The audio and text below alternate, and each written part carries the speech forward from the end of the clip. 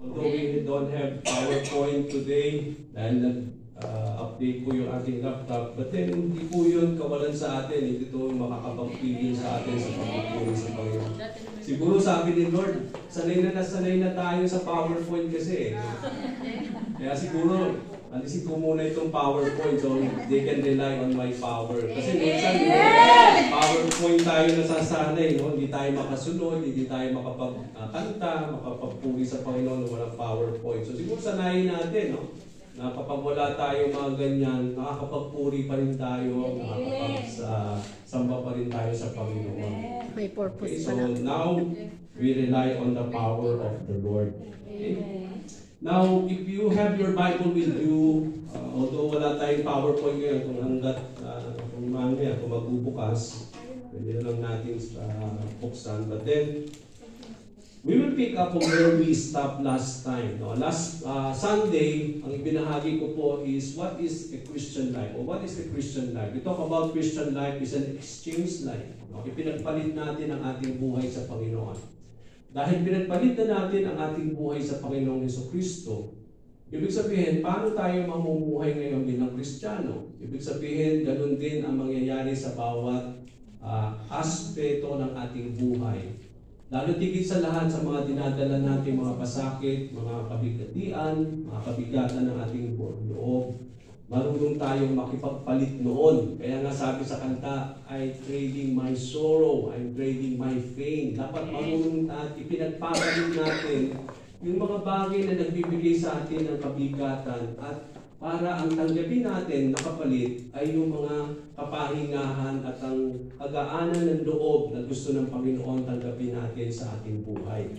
Okay, so kaya nga sabi niya, come to me all who are weary and burdened. So we will pick up from that passage. If you have your Bible in that passage in the book of Matthew 11 verses 28 to 30, pagbulay-bulayan na natin itong pangako ni Lord at ang kanyang imbitasyon wherein all who are weary and burdened must come to the Lord. Okay, ano ba itong pangako ni Lord? And this is where we will hear the word of the Lord. So I will be sharing about Christ's promised rest, yung ipinangakong kapahingahan ng ating Panginoong Jesucristo, at para lubos nating maunawaan at lubos na maintindihan, buksan po natin yung ating Biblia, yung ating pong aklat sa Mateo, ika-11, kabanata 11, mga talatang 28 hanggang 30. Okay? Ito po ay very familiar passage to all of us. And we always quote this passage as we always look forward for the rest that the Lord wants us to receive from time to time. Okay, sabi niya dito, come to me, all you who are weary and burdened, and I will give you rest. Take my yoke upon you and learn from me, for I am gentle and humble in heart, and you will find rest for your souls. For my yoke is easy and my burden is light. So purihin ang Panginoon sa kanyang mga salita sa hapon ito. Tayo po'y manandali ang manalangin. Diyos Ama na dakila at tapat, kami po'y sama-samang nagpupuri, nagpapasalamat sa hapon ito. Patuloy ka namin inihahayag sa aming kalagitnaan. Tunay lamang ang tulong mo sa bawat isa amin ay kapahingahan, O Lord. Turuan mo po kami naman na patuloy kaming makalapit sa iyo, O Lord. Sa mga oras na kami po'y nabibigatan, sa mga dinadala namin na pasakit sa aming mga buhay, Lord, nandun lagi ang handang kapahingahan na gusto mong makamdam namin, O Lord God. Maraming salamat po sa hapon na ito at patuloy ka namin ipinapahayag, itinataas sa aming kalagitnaan. Pinabalik sa iyo, Panginoon, ang lahat ng papulit pagsamba. Ito po aming dalangin sa tanging Panginoon Jesus. Amen. Okay, so Christ promised rest. Ano ba itong Christ promised rest, mga kapatid? Sa ating pong mundo, kung mapapansin natin, today in our world, we will try to see that in everything in this world is always fast track. O mabilis ang ikot ng mundo. At dahil mabilis ang ikot ng mundo, lahat ng mga nangyayari dito sa mundo natin, mga kapatid, ay mabilis din from time to time, nagpapalit lagi. Okay, come to think of this, no? Na kung may mga law na in-implement po sa taong ito, mapapansin natin, mga ilang buwan pa lang o ilang taon pa lang, meron na namang pagbabagong. So makikita natin, mabilis po yung phase setting ng mga bagay dito sa lupa. Yung mga nangyayari. Kung kaya nga po, dahil po nandun yung fast track of things, many people become weary and burdened to cope up. O yung para bang makahabol o makasunod sa mga mabibilis na nangyayari dito sa ating buhay. Okay, come to think of this, di ba? Ngayong taong ito, may bagong model ng mobile, pero after some time, yung binili mo ngayong taong ito na very latest, after some time, luma na naman dahil meron na namang bago. So makikita natin, matindi yung setting ng mga facing ng mga nangyayari dito sa mundo. At dahil po, alam natin ang mundo natin ay hindi na po para ba magiging maganda. Expect natin po mga kapatid, na lalo pang lalala ang mundo at ang mga bagay na dinadanas natin sa mundong ito, lalo tigit sa lahat, malapit na ang pagdating ng ating Panginoon. Ibig sabihin, hindi na po ito magiging maayos. We expect that everything will be worse from where we are experiencing today. At higit sa lahat, makikita ninyo yung demands ng buhay natin, pahirap ng pahirap. Isn't it? Today, kailangan mo talaga magtrabaho. It's because kung hindi ka magtatrabaho, hindi ka kakain. Wala tayong papadala sa ating mga mahal sa buhay sa Pilipinas. So, kailangan natin magtrabaho to the point dahil po nandun lagi yung demand para sa mga bagay na ating kinakailangan. Ang minsan namimiss natin ay yung kapahingahan sa ating buhay. Isn't it? Diba? Wala na tayong pahinga. Okay, gusto natin gugulin yung ating lakas sa pagtupad, sa paghanap ng mga bagay na kinakailangan natin. Dahil alam natin, kung hindi natin gagawin yun, hindi tayo kakain. O hindi tayo magkakaroon ng mga bagay na kinakailangan natin sa pang-araw-araw nating buhay. It is easy for us to get tired of working and become burdened in doing things. Okay lang yan. Natural yun. Kasi pag magtatrabaho tayo at gagawa tayo, natural talaga na mapapagod tayo. At hindi natin maiiwasan yun. Kung ayaw mo mapagod, huwag ka magtrabaho. Pero kung magtatrabaho ka, mapapagod ka. Ngayon, hindi dahil mapapagod tayo, pero ang pinaka-key dito, ang pinaka-solusyon dyan mga kapatid, is that paano tayo magkakaroon ng kapahingahan sa tuwing tayo ay mapapagod. Kasi normal na mapapagod talaga tayo dahil gumagawa. Pero kung hindi mo alam kung paano ka magkakaroon ng kapahingahan, then you are missing a lot. Talagang mawawalan ka talaga ng gana, mawawalan ka talaga ng pag-asa kung lagi na lang napagod ka, hapong-hapo ka, na hindi ka lagi nagkakaroon ng kapahingahan. How do you face another week kung hindi mo na-renew ang buhay mo sa araw na ito? Isn't it? Ito yung araw na ito na itinakda ng Panginoon na magkaroon tayo ng kapahingahan na muli sa Kanya. Kung hindi ka umatin ngayon, so how will we able to have another time and rest to face another week? Okay? Kaya nga maganda na meron tayong kapahingahan to face another week of our lives. Sa John 10 verse 10, ang sinabi ng Panginoon, "The thief comes only to steal and to kill and destroy. I have come that they may have life and have it to the full." So ano pangako ni Lord? Ano gusto niyang maranasan ng bawat isa sa atin? Bakit ba naparito ang ating Panginoong Jesucristo? Sinabi niya, ako'y naparito upang bigyan kayo ng buhay at itong buhay na ito ay to the full, to the fullest. Ibig sabihin, it is abundant in all aspect of our physical, spiritual, in all aspect of our lives. So, here, if Jesus promised that we may have life, bakit hindi natin nararanasan yon? Okay? When we talk about life to the fullest or life to the full, ibig sabihin nito, it is a life that is full of peace, it is a life that is full of joy, it is a life full of strength, it is a life full of hope. So pag sinabi nating life that is abundant, na gusto ng Panginoon sa buhay ng bawat isa sa atin, na maranasan ng bawat isa, ito yung buhay na punong-puno ng pag-asa, punong-puno ng kapayapaan, punong-puno ng kagalakan, punong-puno ng kalakasan na nagmumula sa ating Panginoon Diyos. At kung hindi natin talaga mararanasan itong mga bagay na ito sa ating buhay, come to think kung wala kang pag-asa, and then talagang mawawalan tayo sa ating buhay. Paano kung wala tayong kagalakan lagi sa ating mga buhay? Paano kung wala tayong kapayapaan? Ibig sabihin, hindi na natin talaga mararanasan ang buhay na gusto ng Panginoon na maranasan natin bilang kanyang mga tagapagsunod. Pero ang tanong, bakit maraming tao, especially mga Kristiyano, hindi nila nararanasan yung fullness of life that Jesus Christ wants us to have and experience?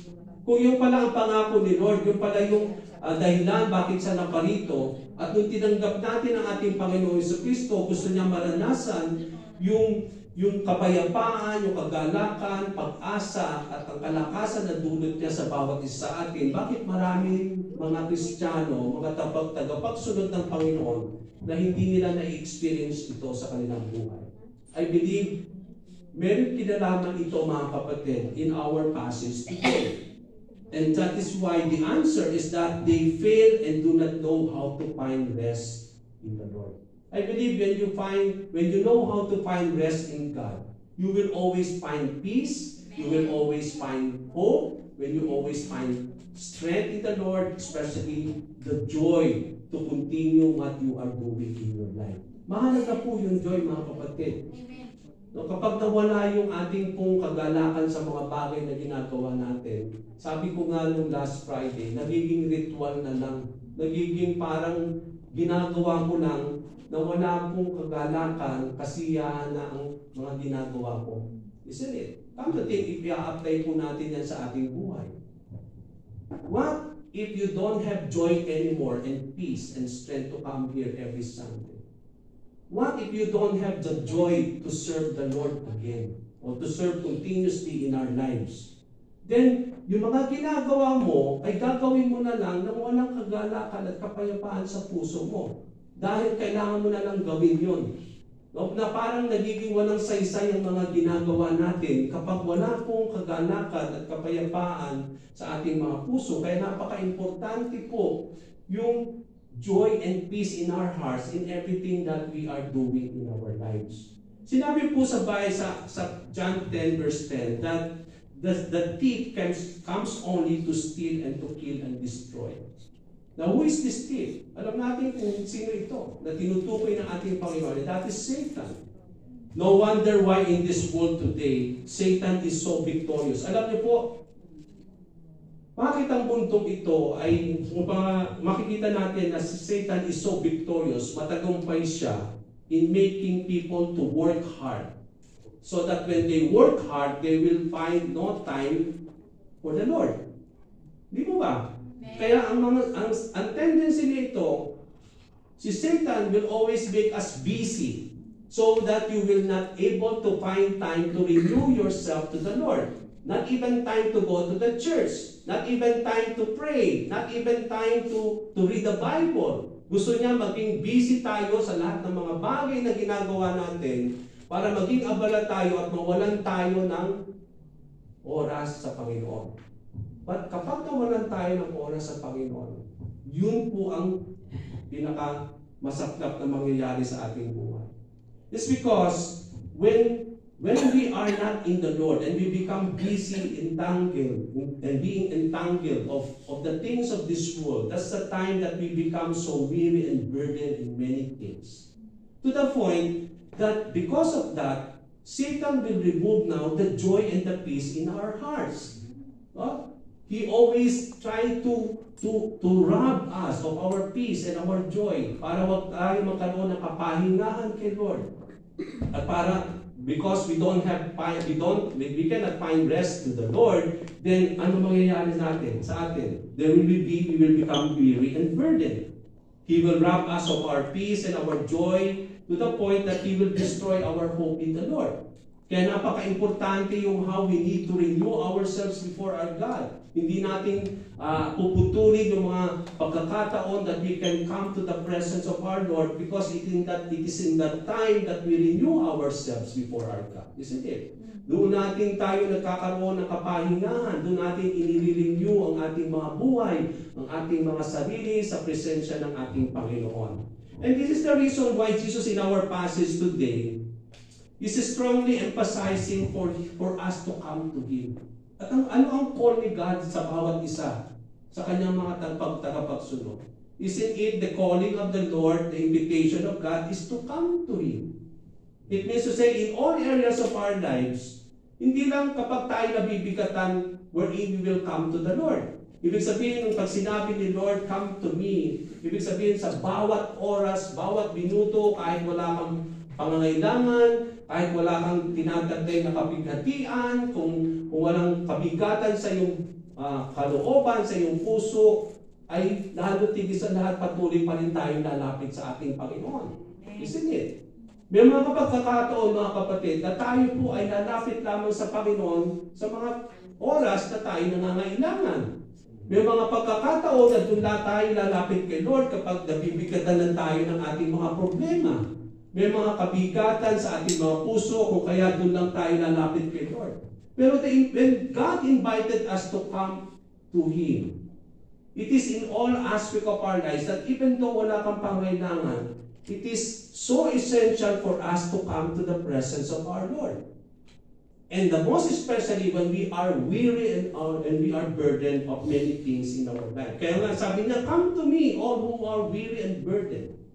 It means to say, even in our lives as believers in the Lord, kahit tayo mga tagapagsunod ng ating Panginoon, may mga sandali, mga kapatid, na tayo po ay maguguluhan o magkakaroon tayo ng mga bagay that we will so anxious to the point na meron tayong mga papasanin ng mga kabigatan sa ating mga buhay. Ibig sabihin, kung tayo tumanggap kay Lord, ibig sabihin nun, hindi ibig sabihin nun na hindi ka na mangangailangan, hindi ka na mamumblema, hindi ka na magdadaan sa mga pagsubok, the more we expect all of these things in our lives, no? As we follow the Lord. So, the most important thing that we need to understand here is that even though we are believers in the Lord, there will be time that we will become weary and burdened of the things that we experience in our lives. Pero ang pinakamaganda nito is the fact wherein the Lord Jesus Christ is calling us to come to Him so that we will be able to find rest. Ano sabi niya? So that you may find rest.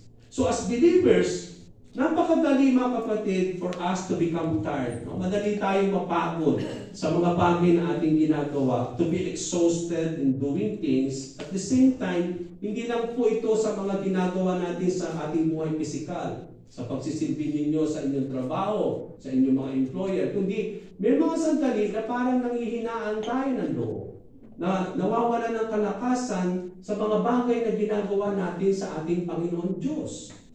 We are both serving our employers, but also serving God. Hindi lang po napapagod tayo in serving our madams and our employers, pero may mga sandali din that we will become weary and burdened in serving the Lord. Kaya napaka-importante that we need to know how to find rest in God, so that we will be able to continue to serve our employers and also we are able to continue to serve God. Okay, so now here, some believers try to, makikita natin, as believers, it is easy for us to be tired of many things, even though we are in the process of being burned out.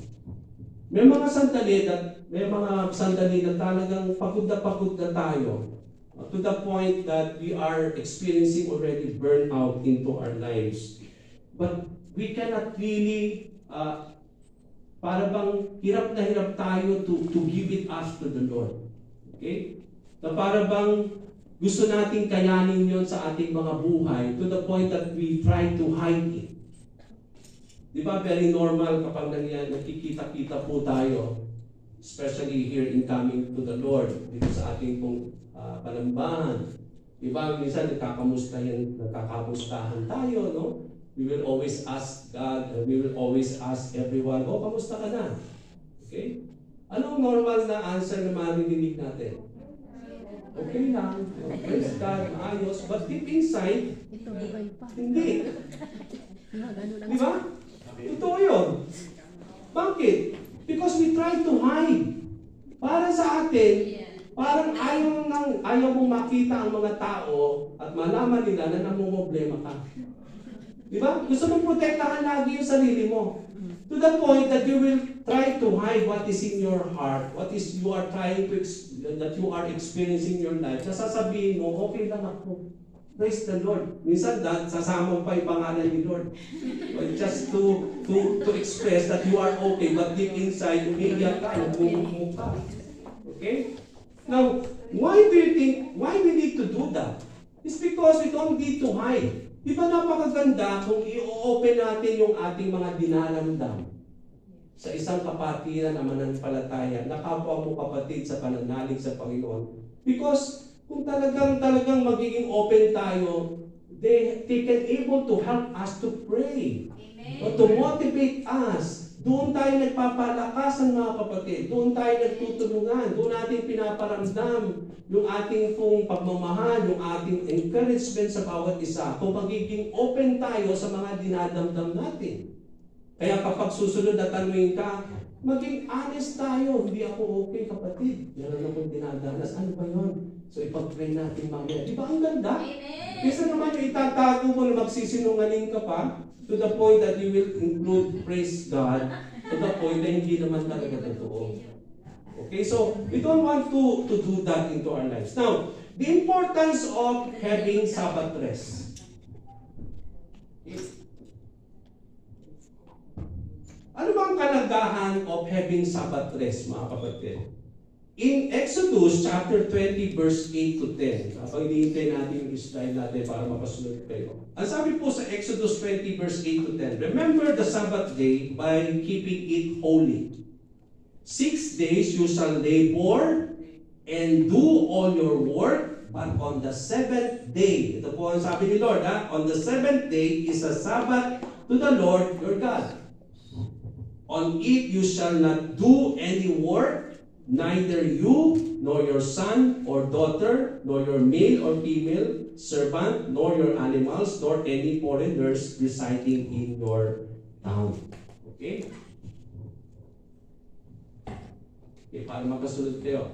So, praise God sa ating pong slide. Okay?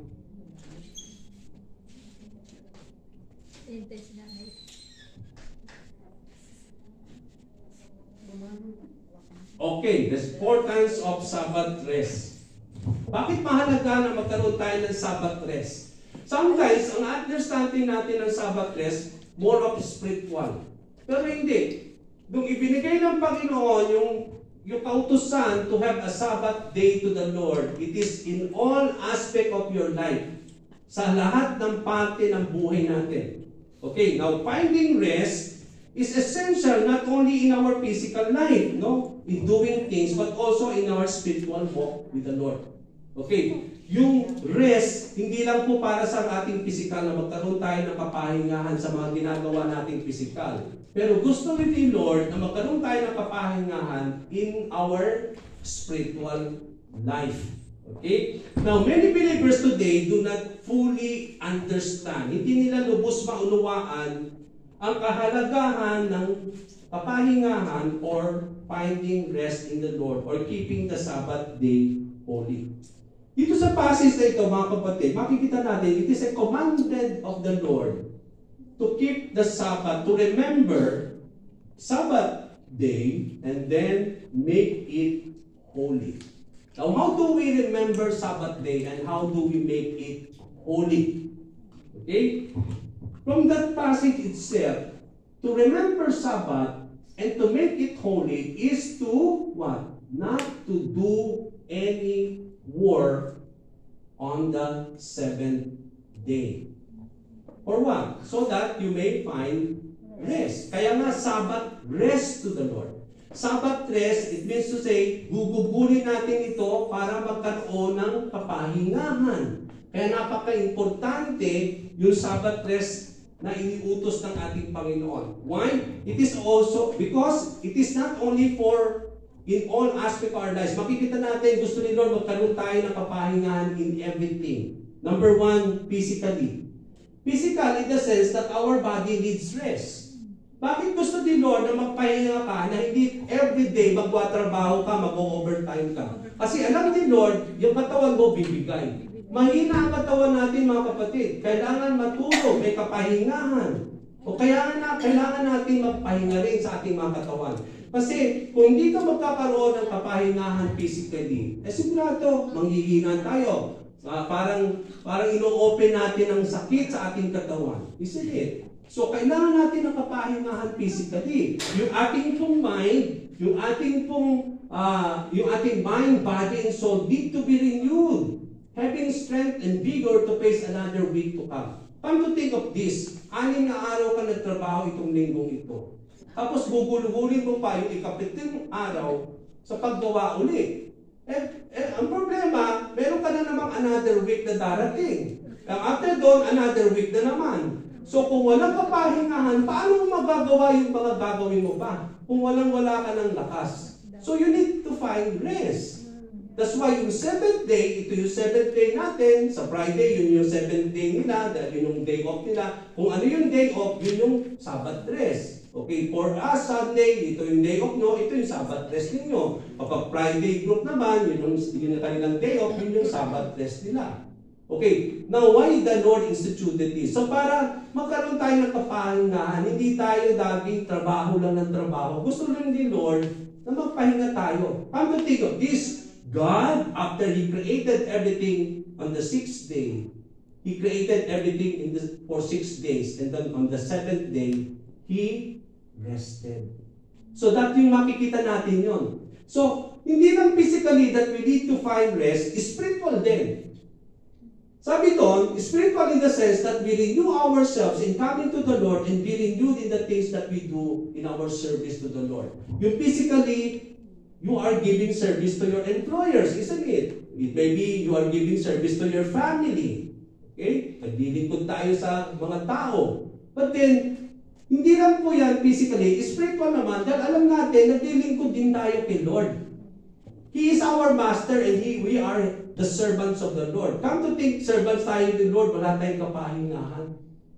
God wants us to serve Him with all strength, with all vigor, with all joy and peace. So, even in our service to the Lord, sometimes nawawalan tayo ng gana. No? Sometimes nagkakaroon tayo ng nakapaguran. Kasi come to think, ito naman, no, laging every week, we come here to worship the Lord, we come here to sing to the Lord, we come here to serve God, we come here to do our ministry. At kung hindi tayo marunong mag-renew kay God, then mawawalan din tayo ng mga bagay na wherein it will rob our passion in doing things for the Lord. Kaya kailangan natin yung passion, yung nag-aanab yung ating puso sa paggawa ng mga bagay ngayon, na kung hindi ka marunong mag-renew ng iyong sarili sa presensya ng ating Panginoon, it will become just something that you are doing without the passion and the fire in your heart. And how do we have that fire and passion? That's the time that you need to renew yourself to the Lord.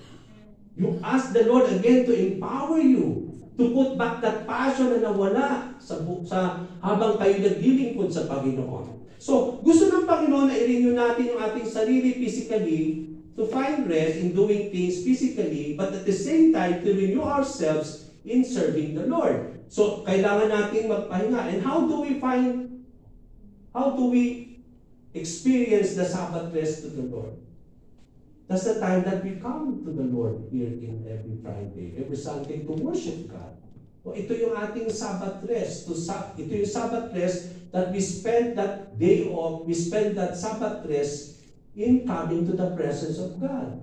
So that when we come here today, it is the time that God will renew us, that God will give you again the Spirit, that God will again give you the strength, that God will continue to encourage you para paglabas natin dito mga kapatid at natapos itong araw na ito, pagharap mo po muli bukas ng inyong mga gagawin, punong-puno ang ating buhay ng kalakasan, pag-asa dahil na-renew natin ang ating sarili sa ating paglapit sa Panginoon. Kaya hindi kawalan ng pagpunta dito sa ating panambahan mga kapatid. It is where we renew ourselves before our God. This is our Sabbath rest to the Lord. We come here to be renewed by God. Kaya gusto ng Panginoon, hindi tayo overtime na ng overtime. Huwag natin ma-miss yung pagpunta natin dito every Sunday, every Friday, because this is our Sabbath rest to the Lord, where we find rest, where we renew ourselves in the presence of our God. Kaya napaka-importante. So yung Sabbath rest din, mga kapatid, hindi lang physically, spiritually, kundi family-wise. Naintindihan ko, wala kayong mga pamilya dito, nasa Pilipinas. But come to think, kung kasama ninyo mga pamilya ninyo, 6 days, you are so busy working for your work. Kapag darating tayo sa ating mga mahal sa buhay, pagod na, minsan gabing-gabi na. Okay? Dahil nag-overtime ka lagi. Wala nang panahon makipag-fellowship sa ating mga pamilya. Gusto ni Lord, magkaroon din ng Sabbath rest para yung kapahingahan na yun, na dulot ng yung day off, bugugulin mo hindi lang sa pag-renew mo ng yung lakas, physical, kundi pati na rin mag-renew sa inyong relasyon sa Diyos, kundi gagamitin din natin yun to find rest and to use that in our intimate fellowship with our family. Nagkakaroon tayo ng oras na kahit busy tayo 6 na araw, meron tayong isang araw na bububuli natin para gamitin yon para makapiling natin ang ating mga pamilya. Para iparamdam natin yung ating pong pagmamahal sa kanila. That's why in the Philippines, di ba? That's the time na nilalabas niyo yung pamilya mo, no? Kumakain kayo sa labas, you enjoy that particular day because 6 days again na hindi mo na naman makakapiling at walang time sa pamilya mo. Kaya yung Sabbath rest is also a blessing from God so that we can really spend time with our family. Dahil nagiging busy tayo. And what else? Yung Sabbath rest din, mga kapatid, is not only in terms of family, spiritual, physical, but also in terms of our sinfulness. There is also a type of Sabbath rest that God wants also for people to enter. And that is the Sabbath rest that deals with our sins. Come to think of this, kapag tayo po ay punong-puno ng kasalanan sa ating buhay, you will never find rest in your life. Asahan po niyo. Kapag ang mga buhay natin ay punong-puno ng paggawa sa kasalanan, sa mga bagay na hindi maganda, na taliwas sa kalooban ng ating Panginoon, ito'y nagpapatigas sa ating mga puso. Come to think, kung lagi mo sinusuway ang kalooban ng Panginoon, nagdi-disobey tayo, mga kapatid, expect you will not find rest in everything that we do. Physically, spiritually, in everything. Yung kabigatan ng kasalanan natin ang nagbibigay sa atin ng kapaguran. And come to think of this, hindi lang kapaguran. Do you know why we become so sick in our lives today? It's because lagi tayo nagdi-disobey. Okay? Noong mga panahon na yon na hindi pa nagkakasala si Adam and Eve. Okay? Come to think, ang haba ng buhay ng tao in those times. 1,000 years na bubuhay yung mga tao in those days. It's because what? Wala pang kasalanan. Walang mga sakit. Okay? Kaya nga, nung ginawa si Adam and Eve, ang gusto ng Panginoon, it is an everlasting relationship with the Lord. Kasi walang kamatayan eh. Nung nilalang ang tao, ang intention ni Lord, there's no death. Bakit nagkaroon ng kamatayan? It's because of the fall of man. Ang kabayaran ng kasalanan ay kamatayan. Kaya we experience physical death. Now come to think of this. Ang sabi ni Lord, bakit tayo nagtatrabaho ngayon na wala tayong kapahingahan? Because sabi dito, tutulo ang pawis natin, sabi ni God, because He cursed the ground. So kailangan mo siyang bungkalin. Magpapawis tayo para kumain. Yung mga panahon na yun, hindi pa tayo nagkasala si Adam and Eve, kusang umusbong ang mga puno at mga halaman. Sabi niya, enjoy. Just feed yourself. Sabi niya, kusa na mayaman ang lupa. Pangalagaan lang ninyo, sabi ni Lord. But then ngayon, sabi doon, He cursed the ground. Kaya ngayon, come to think of this. Pagod ka na, overtime, tulo pa rin, wala pa rin. Kulang pa rin. So dahil kulang, ano gagawin mo? Dadagdagan mo pa ng trabaho. Dadagdagan naman ng oras dahil kulang pa. Kaya to the point, pati yung oras natin kay Lord, tinatanggal mo na para ipagtrabaho mo dahil kulang pa eh. Okay? So that's the essence there. Now, noong mga panahon, walang sakit. Ngayon, puno-puno tayo ng sakit. It's because of disobedience, because of sin. Okay, yung mga bawal, pinakain natin. So, ano nga? Talagang sakit ang sakit ang hinahanap natin talaga. Okay, that's kaya ngayon, walang kapahingahan talaga eh. Trabaho, sa kinakain. Okay, so sa lahat ng bagay, walang kapahingahan. And that everything, to the point, balisang-balisa ka pa dahil nabuproblema ka sa babayaran mo, yung pangailangan mo. You are so anxious and so weary. Burden tayo sa mga problema natin. At sa mga bagay na ginagawa natin, you will not cope up with these things. And in overall, then magkakaroon tayo ng kapaguran talaga in everything that we do. It's because this is brought by our sins, mga kapatid.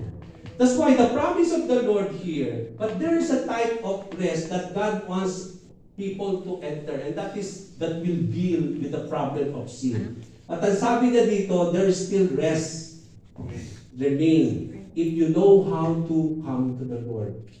Okay? Now sabi niya dito sa Hebrews 4:6-7, it still remains that some will enter the rest, and those who formerly had the gospel preached to them did not go in because of this disobedience. Noong mga panahon, ang tinutukoy dito ng writer ng Hebrew ay mga panahon ng mga Israelita na nandun ang kapahingahan na inialok ng Panginoon Diyos sa bawat isa, but then they did not enter the rest of the Lord. Why? Because of their disobedience. Okay, so here, therefore God again set a certain time. And where is that time? Today, sabi ng writer ng ito na ang panahon na wag na tayo mag-disobey para makapasok tayo sa kapahingahan ng ating Panginoon Diyos. Kung patuloy tayong gagawa ng mga mali at mga na hindi tama at patuloy na sinusunod ang pita ng ating mga laman, then hindi tayo makakapasok sa kapahingahan na gusto ng Panginoon. Because of what? Because of our sin, because of our disobedience. That's why ang challenge ng Panginoon, sabi doon, pero ipinangako ni Lord, there will be a certain day, calling it today. This is the day that as the time, sabi dito, He spoke to David, today if you hear His voice, and what voice? The call of Jesus Christ to come to Him. But then if you will still not heed to the call of the Lord, then you will not really enter the presence, the rest of the Lord. So, as we hear the voice of the Lord calling us to come to Him, all who are weary and burdened, sabi doon, do not harden your heart anymore. Tanggapin mo talaga na hindi mo kaya sa sarili mo. Hindi mo pwedeng buluin ang mundo sa sarili mo lamang. Kasi mapapagod tayo. Kahit pagod na pagod ka, kulang pa rin.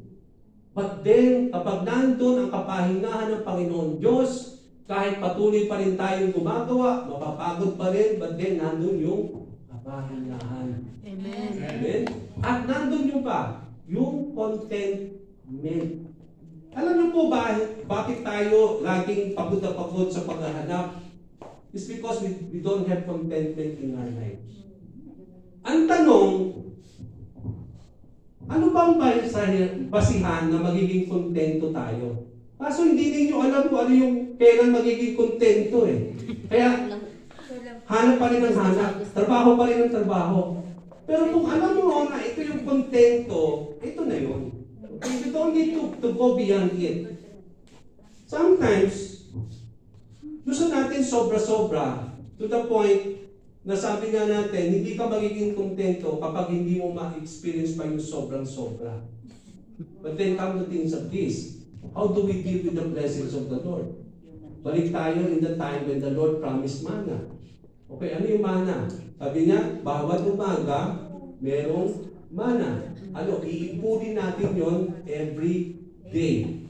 Okay, but then sabi ni Lord, but then, dahil ito ay available, sabi niya, meron lang paukulang amount that you need to collect. Okay? So, you cannot collect more to save it tomorrow. Okay? Hindi pwede. Kasi sabi doon, kahit magtira ka, masisira. Okay, so, anong gusto ni Lord? Maging kontento tayo. sa bawat araw na biyaya ni Lord sa buhay natin. Okay, hindi yung talagang magsisave ka, no, for tomorrow, because tomorrow is another blessing from God. Tingnan lang natin yung pangailangan natin sa araw na ito. Yung bukas pa yun. Huwag mong intindihin muna yung para bukas. Kaya bukas, inaalala mo na yung kung ano ba yung babayaran mo. Ano ba yung mga bagay na parang sometimes naguguluhan na tayo, no? Sometimes nagiging problema ka. Wala pa, pinoproblema mo na yung mga bagay. Kaya ang gagawin mo talaga ay magtatrabaho ka na magtatrabaho para alam mo na meron kang uhugutin para bukas. But then sabi ni Lord, we live at the day at the blessing of the Lord. Okay, we live at the day. Mahalaga itong araw na ito. Kung meron ka na, sapat na yun. Tomorrow is another day. Okay, para hindi tayo lagi ng problema. Because God will take care of us if we know how to trust in the Lord. Okay, so there's still a rest remains. So ang sabi ni Lord, don't harden your heart. If God is calling you, huwag mong puluin, huwag mong suluhin, huwag kang magsinungaling. Sabihin mo kay Lord, nahihirapan ako. No, huwag na nating itago na talagang hirap na tayo. Ang kailangan lang natin, lumapit daw tayo para magkaroon tayo ng kapahingahan. Okay, that's the essence there. We don't need to really hide to the point na parang hirap na tayo, kinakaya pa natin. But that is not what God wants us to experience. He wants us to unwind things to the Lord. Yung marunong tayo magpahinga sa kapahingahan na dulot ng Panginoon sa buhay ng bawat isa sa atin. And that is why the challenge of the Lord. Now, what is this promised rest that God wants us to have? Ano ba itong rest na ito na iniaalok ni Lord sa bawat isa sa atin? Ang sabi niya sa Isaiah 14:3, and it will be on that day when the Lord gives you rest from what? From your pain and turmoil and harsh service which you have been enslaved. Yung palang pain, mga turmoil, mga harsh service, enslave us. Nagiging alipin daw tayo nito mga ito. Okay? So, kung nagiging alipin tayo nito, ibig sabihin, it causes us weariness and burden. Okay? If you don't know how to deal with your pain, if you don't know how to deal with your turmoil or yung mga problema, yung mga gusot sa buhay natin, nagbibigay yan ng kabigatan. Yung harsh service, yung para bang you are just doing things without any joy anymore. O yung parang routine na lang na ginagawa mo everyday. Pero parang hindi ka na nasisiyahan sa ginagawa mo everyday. Pero kailangan mo parang gawin yun. So napupuwersa ka. Para kang alipin ngayon ng mga ginagawa mo dahil kailangan mong gawin yun. Okay, but then, nasabi ni Lord, I will give you rest from all these things which you have been enslaved. So gusto ni Lord na magkaroon tayo ng kapahingahan from our pain. Maraming bagay na nagbibigay pain sa ating buhay, mga kapatid. But God wants us to find rest in those pain, in those turmoil, in those kind of service na para bang routine na lang, na parang nagpukonsume na lang ng ating mga lakas. Pero wala na tayong joy in doing things. So, in vocabulary, pag tinignan natin yung meaning ng rest, sabi sa dictionary, it is cessation of work, exertion, or activity. It means to rest, sa dictionary, is to cease or refrain from labor or action or motion. So, this, sa ating English word, is magkaroon ng kapahingahan at magkakaroon ka lang ng kapahingahan kung titigil ka sa paggawa. Okay? So, yun po. But then, itong kapahingahan na ito is just temporary. Okay. Itong araw na ito, we will able to rest, to find rest.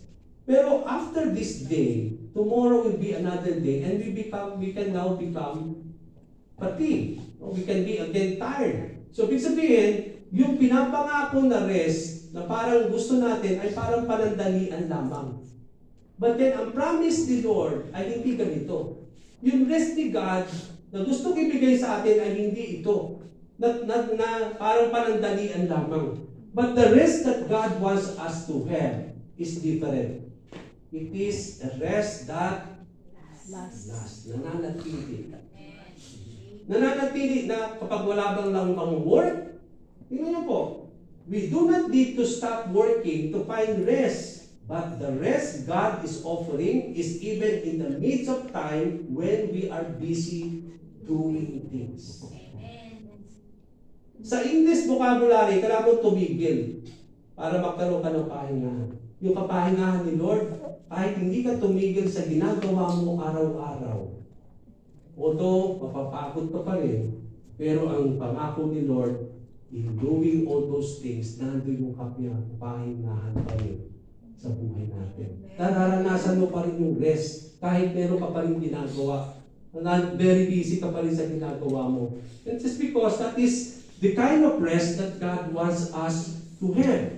Okay? Now, that is the kind of rest. It is more than physical relaxation, but the state of having inner joy and peace even when we are tired, for the joy of the Lord is your strength.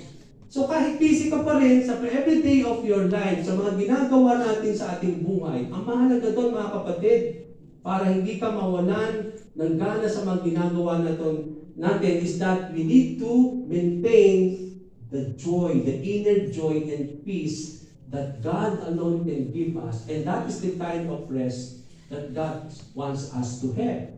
When we know how to find rest in God, we will not become weary and burdened in life. Okay, kahit dumadanas tayo ng pagsubok, mga kapagatian, mga bagay na nagbibigay kapaguran sa atin, but then ang mahalaga doon, yung rest ng kapayapaan at yung nagalaw ka. Yun yung rest na gusto ni Lord. Masaya ka pa rin kahit busy ka. No? Nandun pa rin yung kapayapaan mo kahit busy ka pa rin sa ginagawa mo. And that is the kind of rest. Kasi kapag wala ng peace and joy sa ginagawa natin, then nagiging mabigat na po yan sa bawat isa.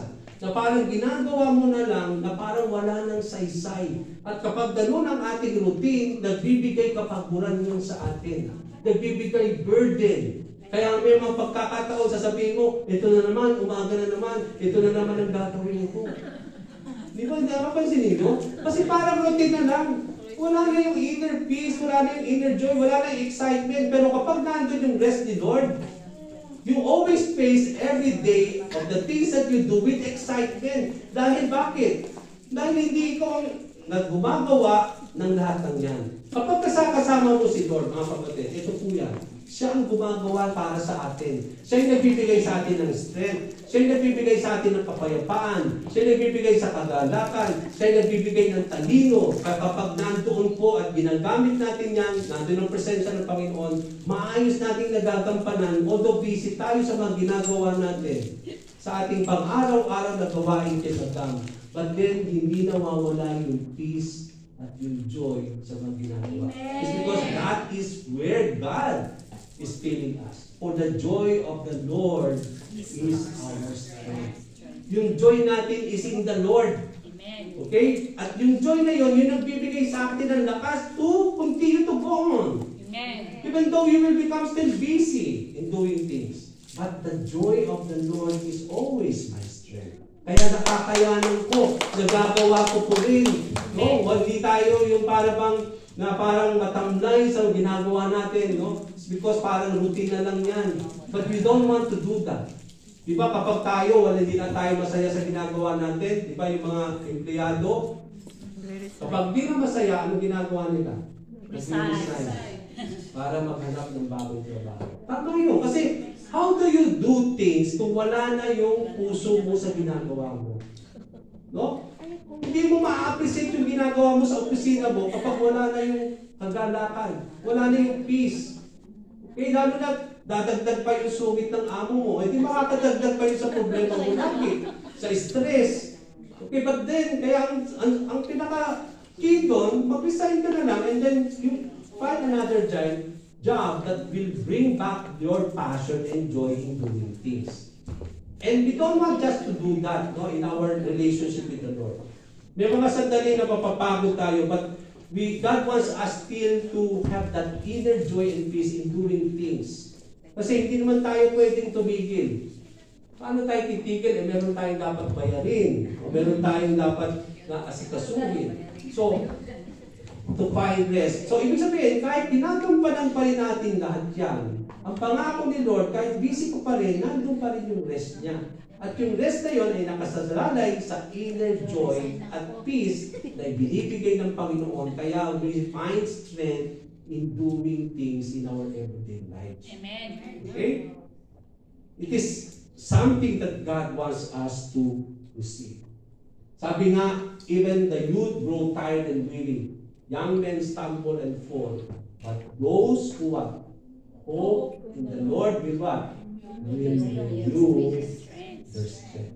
Mapapagod man tayo, but if your hope is in the Lord, He will always renew our strength. At ang sabi doon, even though you run, you will not grow weary. Even though you will walk, they will not fail. So, the key here is to rely on our hope in the Lord. So that through that hope, we will find and we will renew our strength in our everyday lives. Okay, so yun po yun. Now, rest. Ano ba yung klaseng rest? Rest, having peace and joy, but also, it is always have peace. Hindi nyo papansin kapag tayo pagod. Pagod hindi lamang po sa trabaho, kundi pagod sa pag-iisip. Isip ka ng isip dahil hindi mo alam kung anong gagawin mo sa problema mo. Now, matulog ka. Do you think matutulog ka na kung may kapahingahan? No. Hindi. May mga sandali, hindi nga tayo makatulog eh. Hindi dahil pagod ka rin sa maghapon mong trabaho, pero pagod yung isip mo, ang isip, paano ko pa gagawin? Paano ba gagawin ko dito sa problema ko? You will not find rest, mga kapatid. But what we want to have is rest, having peace. And how do we find that? Sabi po sa Psalm 4:8, I will lie down and sleep in peace, for you alone, O Lord, make me dwell in safety. Amen. If you have the rest that God wants you to have, kahit anong problema mo, makakatulog tayo na maayos at may matiwasay dahil may kapayapaan tayo sa ating puso. Hindi naguguluhan yung isip, yung ating puso. Dahil nandun ang pagtitiwala, dahil alam natin, si Lord ang bahala sa lahat ng yan. And He will always take care of that. That's why we can lie down at the night. We can sleep in peace. For the Lord Himself can make us dwell in safety and find rest in Him alone. Kaya nga, mga sabi ko nga dito, dinagdag ko dito. Yung rest in peace. Kanino yung binibigay? Sa mga patay. Sa mga patay. Okay? Rest in peace. Pero di ba dapat sa atin yun? Kasi may mga sandali, we don't have rest in peace. Hindi tayo makatulog sa gabi. Walang peace, walang rest. Dahil sa problema natin. Di dapat sa atin yan. Yung rest in peace, hindi sa mga patay. At hanggang patay na sila. Baliktad. Patay na. Talagang may kapayapaan na sila. Wala na sila sa problema. Hindi na nila mararanasan ng problema. Wala nang sakit. Kaya at peace na talaga sila. So, dapat hindi ka nila yon sa atin dahil dumadanas ng sakit. Tayo dumadanas ng problema. At dahil sa mga yan, wala tayong kapahingahan na may kapayapaan. Hindi ba? Para sa living yan, hindi na sa mga patay. Tingnan niyo po, even though ilagay mo sa lapit na yan, rest in peace, tapos yung pangalan mo namatay, kapag yung taong yun hindi tumanggap kay Lord, do you think we can rest in peace? No. Yung kaluluwa niya, it will be everyday torment. He cannot find peace because the peace comes only from the Lord. So, if peace comes from God, then lalo kailangan natin yung rest in peace. Kasi hindi nga tayo makapagpahinga ng kapayapaan. Hindi ko sinasabi dyan, mamamatay na tayo. Sometimes kasi ayaw natin tanggapin ang kailangan natin rest in peace. Kasi gusto natin sa patay lang yun. No, that's for the living. No, that's for the living. The dead person who died, resting in peace is not for the dead, but for us. Kasi nga, may mga oras na wala tayong kapahingahan. Kahit natutulog sa gabi, gusto natin magpahinga, hindi makatulog. Wala rin pa rin kapahingahan. So, yung rest in peace should be for us. Isn't it? And that is what the Lord, ngayon sabi niya sa Psalm 4:8, I can lie down and sleep in peace. Palitan mo yung sleep and rest in peace. Di ba? Hindi naman din yun eh. I will lie down and rest in peace, for you alone, O Lord, make me dwell in peace. Eh, biblical naman yun, but ayaw nyo tanggapin. Rest in peace talaga. Para sa bawat isa sa atin. Okay? And that is the essence there. Okay? Now, what is the peace that will give us rest, especially at night? It is a peace that Christ wants us to have. We can lie down and rest in peace, for the Lord makes us dwell in safety. We experience rest when we have peace. We find rest when we have the peace of the Lord. Okay? So, ang sabi niya, peace I give you, my peace I give you, I do not give you as the world give. Do not let your hearts be troubled and do not be afraid. When you are having the peace of God, you will not be troubled, you will not be afraid. Kaya nakakatulog tayo sa gabi. Because you have the peace of Christ in you. And because the peace of Christ is in you, you find rest in Him. And you will not be troubled, and you will not be afraid kung ano yung mangyayari sa problema mo. Nakakatulog tayo ng maayos sa gabi, may kapahingahan, may kapayapaan sa puso at isipan. Because we have the peace of Christ. Okay, the peace of God which transcends all understanding, that guards our hearts and our minds. Yung peace ni God, binabantayan na niya ang ating puso at isipan. Kasi di ba kapag tayo may problema, mga pasakit, gulong-gulong isip natin, hindi tayo makapag-isip ng tama.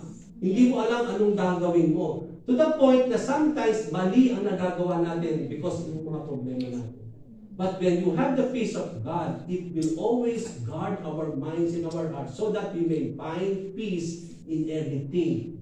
It leads us to decide na maayos, ng tama, hindi naguguluhan. Kaya kapag may kapayapaan ka, hindi ka naguguluhan. Kaya mapayapa ang iyong pag-iisip at ang puso mo, kaya nakapag-decide ka na maayos para sa anong gagawin sa problema natin. Isn't it? So that is the peace. So what we want to have is the rest, having the peace of the Lord. Entering rest. How do we enter it? Paano tayo makakapasok sa kapahingahan ng ating Panginoon? We enter rest with faith.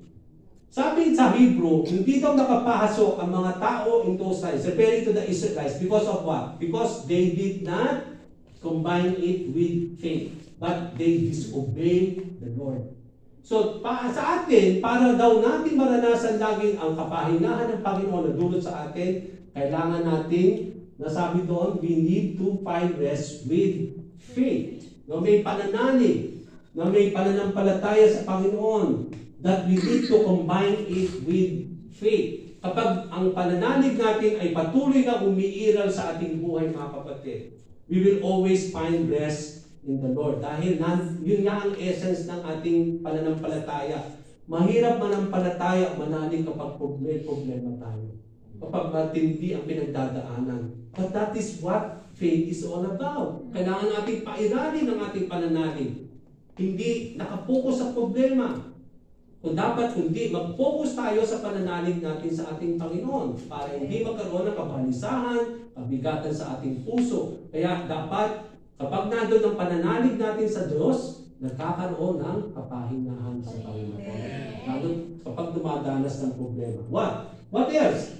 The rest comes to the Lord. When God promises, it is available through Jesus Christ. Kaya nga sabi ni Lord, come to me and all who are weary and burdened, I will give you rest. So the rest of the Lord that God wants you to have comes through Jesus Christ. And that is why here, come to me, sabi niya, and I will give you rest. Without Christ, people will not able to find rest. Amen. Walang kapahingahan talaga. But then we find rest through the Lord Jesus Christ alone. Another thing, sino ang tatanggap ng promise rest from the Lord? Those who are weary and burdened. And that includes you and me. Ibig sabihin, when the Lord calls us to come to Him, all who are weary and burdened, kasama po tayo doon. Kasi may mga sandali that even though we are already believers in the Lord, because of the things that we are experiencing in this world, sa mga ginagawa natin, nagkakaroon din tayo, we become weary and burdened also. But then, ang maganda doon, kahit inaayaan tayo ng Panginoon Diyos na dumanas ng mga bagay na may kabigatan, kapighatian, ang gusto niya, marunong tayong lumapit sa Kanya para magkaroon ng kapahingahan. And that is what many believers cannot really find, that kind of rest. It's because kinakaya nila na sa sarili lamang. But the key here is how to come to the Lord and exchange our burden and everything that is so heavy in our hearts. Or sabi nga niya, for my yoke is easy and my burden is light. Ipinagpapalit natin. Kaya nga yung preaching natin last time. Marunong na tayong makipagpalit yung mga bagay na nagbibigay kapighatian, kabigatan sa ating puso at pinagpapalit natin yon kay Lord. Siya ang aako nun, siya ang tatanggap nun, at ang kapalit na gusto ni Lord, kapalit nun, ay yung kapahingahan sa ating mga puso. So the key there is how you need to exchange everything. No, how you need to exchange your pain, how you need to exchange your problems, how you are able to exchange your miseries in your life, na ang kapalit nun ay yung kapayapaan, kagalakan ng Diyos. Gusto ng Diyos na tanggalin ng bawat isa sa atin. Okay? Kaya nga sabi dito, no, makita natin na it is the promise of the Lord. No? It is that He promised rest to those people who are really burdened and weary. Ano yung mga bagay na nagbibigay weariness sa atin? We will close soon. Yung demands of life and its routine are wearisome. Ang kunti yung ginagawa nyo araw-araw, nakakapagod po yan. Hindi kayo napapagod everyday. Na ito lagi ang ginagawa nyo, mapapagod tayo. No? Yung demands of life, kailangan natin magtrabaho kasi kung hindi, walang ipapadala sa ating mga mahal sa buhay na pera. So, yung pa lang, na kailangan magtrabaho, nagbibigay yan ng kaguluhan sa ating mga pag-iisip. Na kailangan magtrabaho talaga kasi kung hindi, wala tayong papadalang pera. So yung demands na yon, nagbibigay ng kapaguran lalo sa atin. Ano pa? Yung necessities of life make us to worry. Yung pagkain, yung inumin. Sabi nga ni Lord, do not worry about what to eat, what you drink, what to wear. Kasi yan talaga ang nagbibigay ng worry sa tao. But sabi nga ni Lord, but seek first the kingdom of God and His righteousness, and all these things, food, water, and clothing will be added unto you. Okay, so hindi nating priority yung saliksikin yan. We don't live by food, drink, and clothes alone, but from every word that comes from the mouth of God. Isn't it? So, mahalaga mga kapatid, yung necessities in life is so important. Pero yan po mga necessities na yan ang nagbibigay sa atin ng anxiety and nagdito tayo nag-worry. Hidden and unconfessed sins caused by heavy burden in a person's life. Tingnan mo po, kapag nagkasala tayo, kapag hindi tayo humingi ng kapatawaran, parang ang bigat ng daladala mo. Naranasan ninyo yun? I believe naranasan ninyo yan. Parang heavy. Parang na-dead-drain ka kapag hindi ka nagko-confess. Parang nandun yung guilt, nandun yung parang kinukumbik tayo ni Lord. And come to think, wala ka talagang kapahinga dahil nandun yung guilt, nandun yung conviction. At mawawala lang yan when we confess our sins before our God. Kaya yung unconfessed sins, nagbibigay yan ng talagang para na-drain yung kapahingahan natin. You cannot find peace at all or rest at all if you are not confessing your sins before God. Sabi nga ni David, parang it's sick, yung parang bang sinisip-sip yung lakas mo. Na kapag hindi tayo marunong humingi ng tawad sa Panginoong Diyos, it drains our whole being. To the point na nagbibigay pa yan ng kabigatan sa ating mga buhay. What else? Yung trials and affliction. Yung mga problema ninyo, mga affliction sa buhay, nagbibigay yan ng kabigatan. Nagkakaroon ng, we become weary and burdened. Oppression of being in bondage. And at the same time, ministry can be exhaustive and may cause burnout. Kaya dapat marunong tayong mag-renew ourselves from the Lord sa ating ministry. Ayaw natin ang ginagawa natin, yung pagpunta natin dito every Sunday, yung pagsiserve natin kay God sa tambourine, sa playing instrument, in song leading, in mga tumatayo dito, in our tithes and love offering. No? Ayaw natin parang ritual yan na ginagawa lang ninyo every Sunday na hindi ka na maligaya sa ginagawa mo. it will become a burden to you na parang kailangan mo lang gawin, kailangan mo pumunta dito na hindi talaga wala ka ng joy at wala ka ng peace sa mga ginagawa mo every Sunday. That's the time, kapag ganun lang, routine, nagkakaroon, para bang hindi yan nagbibigay kabigatan sa ating mga puso. We become weary, nag-burn out tayo sa ministry. That's why we need to find rest always into the Lord. And how do we do that? It is just something, sabi nga, cast your cares to the Lord. Is-cast natin lahat yan. Isuko natin, ibigay natin sa paanan ni Lord yung nagbibigay sa inyo ng kabigatan. And exchange it with the rest that God wants you to receive. Yun po yung susi niyan, mga kapatid. Entering God's rest is just a gift. You need just to receive it. Ang sabi doon, I will give. And how do you receive it? You just receive it with faith. Now, sabi dito, our last here, rest by what? Taking Christ's yoke. Sabi ko nga kanina, in every aspect of our lives, may pagpapalitan. May inaalok si Lord kapalit sa mga pinagdadaanan natin sa ating buhay. At ang susi doon, kailangan mo lang ipagpalit yun kay Lord. Ano sabi niya? Take my yoke upon you and learn from me, for I am gentle and humble in heart, and you will find rest to your souls. For my yoke is easy and my burden is light. Yung yoke natin is so heavy, and your burden also is so heavy. Pero kapag pinalit natin yun, yung yoke na yan magiging easy at yung burden na yan ay gagaan. So pinagpapalit natin yun. Ano ba ang yoke sa Tagalog? Pamatok. Di ba yung mga kalabaw, mga baka, may nilalagay sa leeg nila na yun ay hinihila nila. Para rin daw tayo may mga pamatok at ang dala-dala natin yung kabigatan ng problema natin, yung bagay sa mundo, yung ating buhay. Come to think, yung pamatok na yan is so heavy and that burden is so heavy. Pero ang sabi ni Lord, take my yoke. Yung pamatok niya, ang gusto natin niyang tanggapin natin, at yung pamatok natin that is so heavy and burden is so heavy, yun siya ang aatulong. So there is an exchange of yoke na nangyayari kapag tayo po ay lumalapit sa ating Panginoon. And that is why we find rest for our souls. We find rest in everything that we do. Na kapag ano yung mga bagay na bibigay kabigatan sa iyo, mga kapatid, ipagpalit mo yun ng pamatok na magaan, na gusto ng Panginoon, ipagpalit natin kapalit ng mga kabigatan na ating pong dinadala sa ating buhay. As in our last, and here, and I will pray, ang buhay daw natin ay parang race. At sa isang race, mga kapatid, you need to throw off everything that hinders you na nagbibigay bigat sa iyo. Come to think in the race, no? You will be running in the race, pero ang bigat ng dinadala mo, do you think you can run? No, you cannot. Life is like a race. And in our journey in that race, gusto ni Lord magaan yung ating pagtakbo.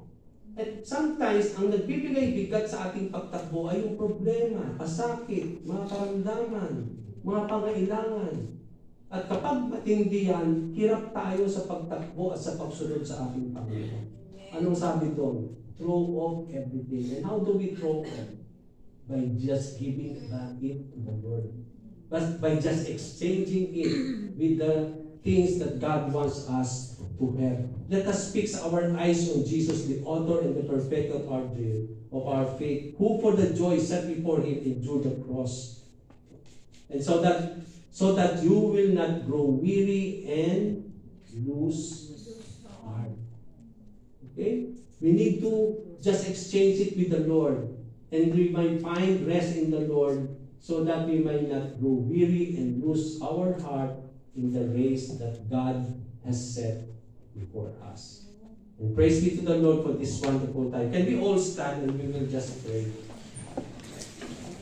and close this service? Okay, let us pray. Father, indeed we are so thankful, Lord, for this wonderful time of worship and praise. Maraming salamat po, Panginoon, sa iyong presensya sa aming kalagitnaan, Ama. na patuloy na kumikilos sa aming kalagitnaan, Panginoon. Alam namin, Ama, hindi po lingid sa iyo ang mga kabigatan ng aming mga puso, mga dinadala sa sandaling ito, Lord, na nagbibigay kabigatian, kabigatan sa aming mga puso. Kung paano nagkakaroon ng kabilas, nababalisa ang aming mga isipan, O Lord, at naguguluhan, Panginoon, nagbibigay kapaguran sa aming buhay, Panginoon. Lord, hinihingi namin, O Lord God, ang mapagpalang kamay, O Diyos, na sa sandaling ito, Lord, ay nilalatag namin sa iyong paanan, Panginoon Jesus, ang lahat ng mga kabigatan na aming dinadala ng iyong mga anak sa hapon ito. Kapalit ng kapahingahan na gusto mong tanggapin namin ang bawat isa sa amin, Panginoon. Lord, teach us to exchange what is the yoke that gives us burden, O Lord. But then, Lord, you call us to receive your yoke that is so easy and that is so light, Lord. Maraming salamat po, Panginoon, sa kapahingahan na dulot mo sa bawat isa sa amin.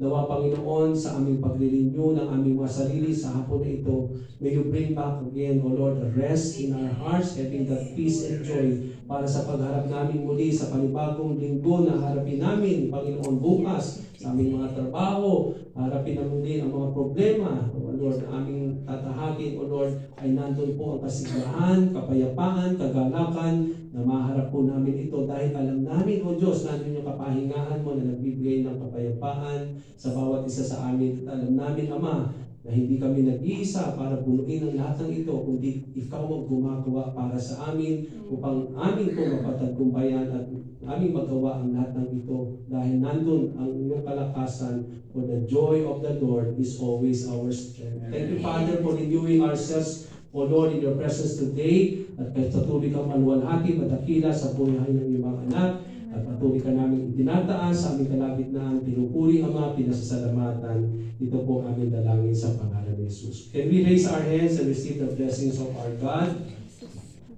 Christ dwell in your hearts through faith, that you, being rooted and grounded in love, may have strength to comprehend with all the saints what is breadth, the length, and the height, and the depth, and to know the love of Christ that surpasses knowledge, that you may be filled with all the fullness of God. Now to him who is able to do far more abundantly than all we ask or think, according to the power at work within us, to him be glory in the church and in Christ Jesus throughout all generations, forever and ever. In the name of the Father, of the Son, and of the Holy Spirit, our service has ended. May you go in peace with the love of our God. Amen.